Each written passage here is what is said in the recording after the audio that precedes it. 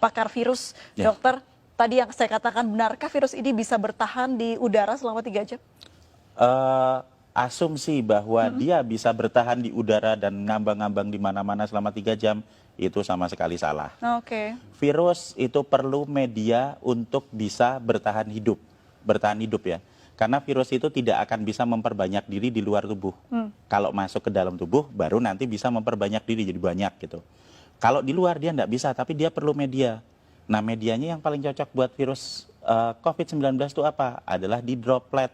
Droplet itu butiran-butiran air yang keluar pada saat ada seseorang yang terinfeksi, kemudian dia bersin dan menyembur.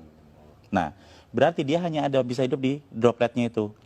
Dan droplet itu akan menyebar dalam jarak ya sebatas radius itu aja 1-1,5 meter. Kalau dia ada di 2 meter, ya dia tidak. Itu sebabnya konsep awal kenapa kita harus memberi jarak. Kenapa? Kontak dekat ya. Iya, supaya kalau misalnya ada yang sakit terus kemudian bersin, tidak nular ke orang yang di dekatnya, kan gitu.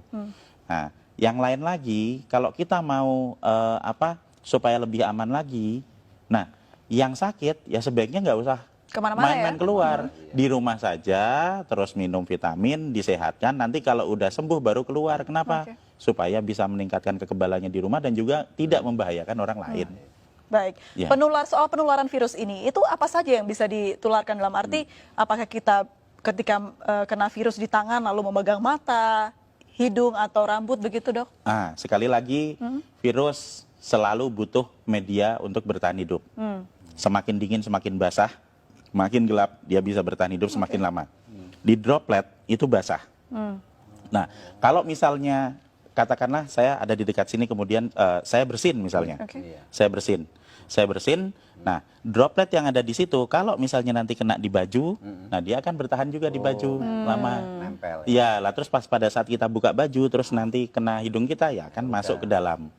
Tapi seberapa lama dia bisa bertahan di situ tergantung kondisi lingkungan. Semakin terang, semakin kering, semakin panas, dia juga nggak akan bisa bertahan hidup lama. Jadi sebenarnya virus ini punya kelemahan banyak sekali. Jadi dia hanya bisa bertahan di droplet. Kalau misalnya ada yang bilang, misalnya kan kalau misalnya dia ditaruh di meja yang dingin gitu, bertahan 9 hari. Ada hoax seperti itu. Itu hoax ya, Dok? Menurut saya hoax. Kenapa? Nah, kalau dia hanya bisa bertahan di dalam droplet. Di dalam droplet itu kalau misalnya dia kondisinya tidak sesuai dengan dia dan terjadi penguapan, kan jadi kering, dia nggak bisa bertahan lama. Jadi droplet ini sesuatu yang cair begitu ya, Dok ya? Cair, iya. Itu loh, tetesan lendir atau cairan yang ada di situ. Dan kalau misalnya kita bersin di satu lokasi, atau di meja misalnya, kemudian kita langsung dibersihkan dengan desinfektan, dibersihkan dengan sabun, dibersihkan dengan pembersih lantai atau apa, itu dilap gitu, dalam waktu 3 menit sudah hancur. Jadi virus ini gampang hancur dengan pelarut lemak, dengan sabun, dengan deterjen dan macam-macam, termasuk kalau nempel di baju kita terus langsung masukin mesin cuci, itu virusnya hancur. Kelemahannya seperti itu. Nah, kelebihannya nyebarnya cepat. Jadi sebenarnya kita bisa tahu kelemahan dan kekuatan virusnya dengan jelas supaya kita bisa ngatasi. Kita harus tahu dulu kalau kita mau bertempur, kita kan harus tahu dulu musuhnya. Kalau kita tidak tahu musuh kita apa, yang terjadi apa? Kita cuma ketakutan aja. Wah, nanti kena, saya sekarang kena, besok mati, ya enggak lah. Kalau dari segi virusnya atau ya faktor dia bisa tumbuh begitu, apakah benda yang dia hinggapi begitu ya, Dok ya, itu mempengaruhi juga si virus ini bertahan hidup begitu, seperti di plastik berbeda dengan di kayu mungkin? Iya, semakin dingin dia bisa bertahan hidup semakin lama. Tapi permasalahannya di sini adalah bukan seberapa lama dia bisa ada di situ, seberapa ingin kita dia hidup. Seberapa kita ingin supaya virus itu tetap hidup. Kalau kita pengen virus itu cepat mati supaya nggak nular, ya kalau misalnya kita tahu mejanya kotor ya dibersihin aja, disemprot dibersihin. Ada yang bersin misalnya ya cepat-cepat disemprot dibersihin. Semakin kita diamkan paparan virus yang ada di situ, ya dia akan bertahan semakin lama. Tapi kalau misalnya kita bisa punya kesadaran sendiri untuk mulai dengan pola hidup bersih, setiap ada sebaran di situ ya kita semprot bersih, simpel kok itu, enggak terlalu sulit, cuma diusap aja seperti itu. Nah, maka kita akan sangat membantu untuk mengurangi sebaran virus. Baik, itu juga berlaku untuk batuk begitu ya, Dok ya? Iya, betul. Dan kalau tetap mata nggak mungkin ya dok ya Enggak misalnya. mungkin. Enggak, sama sekali tidak mungkin. Apalagi hanya pikiran. Iya, hanya kalau pikiran. tetap mata ntar jatuhnya ke hati ya dok ya. Baik, Makanya halu baik, itu, ya, lalu. halu. Kalau bicara soal bagaimana dampak negatif dari virus ini, apa dampak yang paling buruk bisa dihasilkan dari virus ini dok? Jadi kita akan kembali lagi ke sifat virus. Virus ini pertama, cepat menyebar. Jadi dia akan sangat mudah beradaptasi, bisa menempel di saluran pernafasan manusia. Yang kedua, fatality rate-nya tidak besar. Ini kita bisa lihat dari hasil statistik dimanapun di seluruh dunia, bahwa masih selalu akan ada 97% orang yang recovery. Jadi kalau dari 100% populasi ada 3% yang masuk ke fatality rate, dan 97% itu dia bisa Ya. pulih dan juga bisa masih tetap sehat. Ini yang terjadi di pasien nomor 1, 2, 3. Ingat toh waktu di Ya, Depok ya. itu? Jadi tanggal 29 Februari dinyatakan positif. Benar toh? Terus dirawat di rumah sakit selama 16 hari. Dan kemarin mereka semua pulang dalam kondisi sehat. Dan berubah jadi negatif. Berarti apa? Status positif terinfeksi ini bukan status yang tetap. Seperti misalnya, oh saya kena, sekarang saya positif. Sampai 1 tahun ke depan saya tetap positif. Tidak. Itu akan berubah seiring dengan peningkatan Kembalinya imun. kekebalan tubuh. Oke. Jadi kalau hari pertama saya terinfeksi, saya akan positif. Hari ke-7 saya masih tetap positif. Tapi nanti di hari ke-10, pada saat antibodi saya mulai naik di 7 hari pasca infeksi, di hari ke-10 antibodinya banyak, kita akan berubah jadi negatif. Oke. Puncak produksi antibodi ada di hari ke-14, sehingga di hari ke-14 dia akan habis semua virusnya, dinetralkan oleh antibodi. Itu yang terjadi pada pasien nomor 1, 2, 3.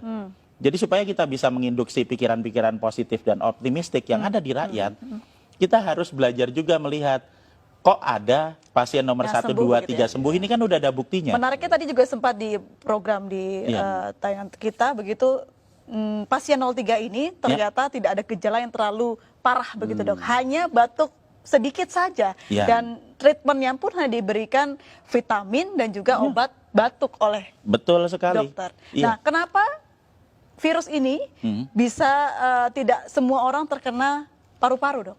Nah, jadi kalau kita mau melihat keganasan virusnya, itu kita jangan melihat kita harus kembali ke struktur virusnya ya. Struktur virusnya lagi, sifat virusnya. Virus ini bentuknya tetap, dia akan menyerang ke semua manusia. Oke. Dia tidak berubah. Yang menyebabkan terjadinya perbedaan adalah di manusianya. Ada manusia yang sehat, yang memiliki saluran pernapasan yang sehat, sehingga pada saat terinfeksi, yang akan keluar adalah batuk, ya kan?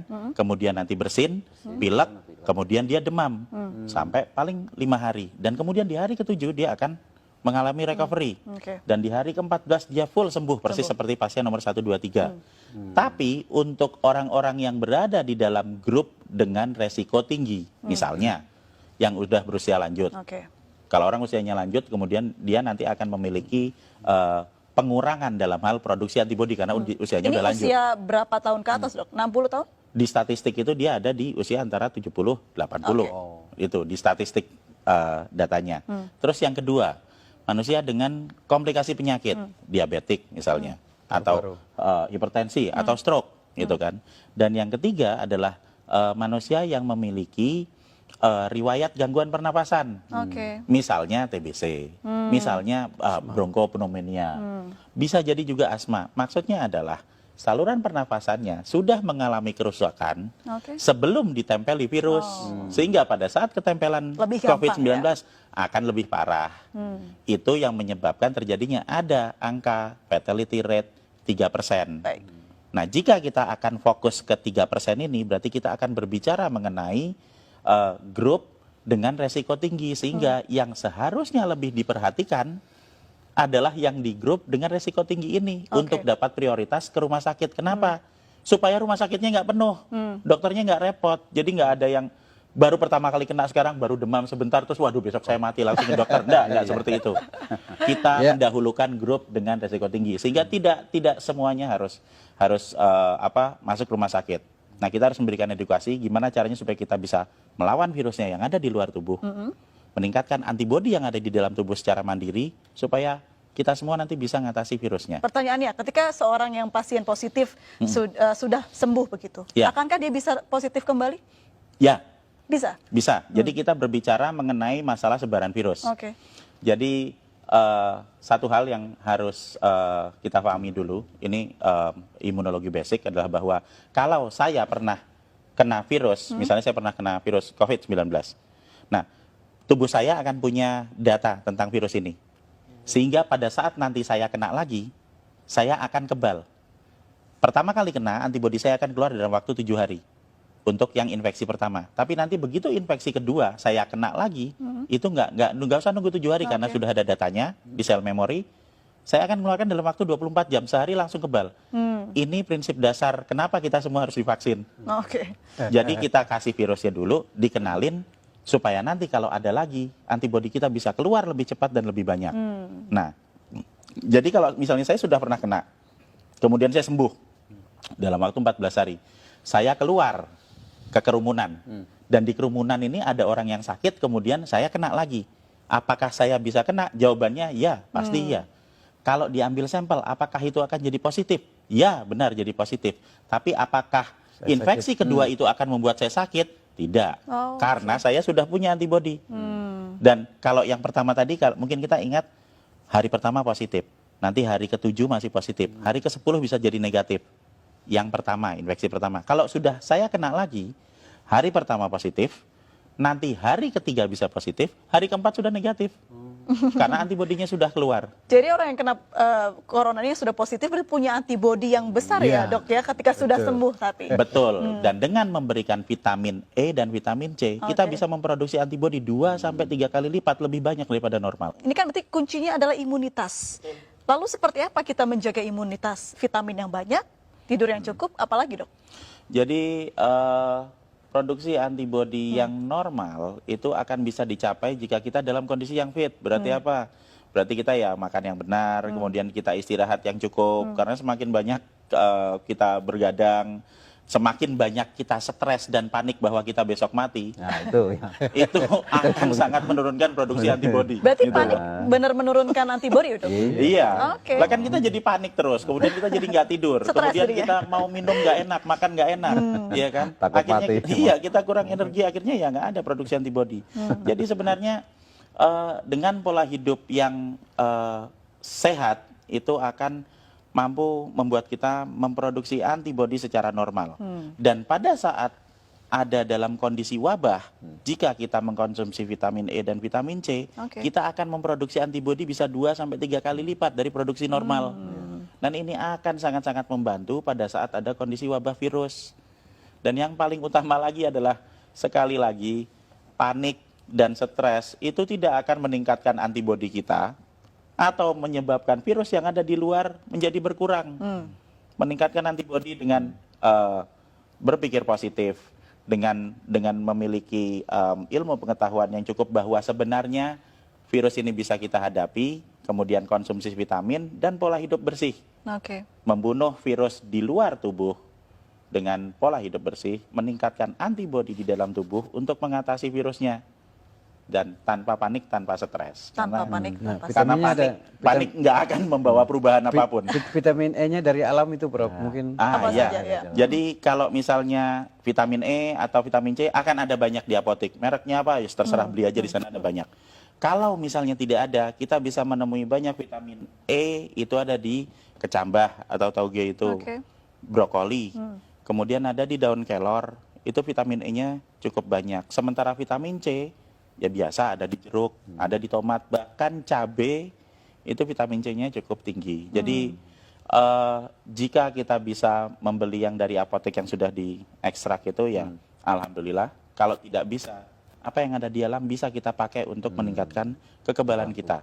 Semua orang, semua penduduk bisa meningkatkan produksi antibodi dan semua orang berhak untuk hidup sehat.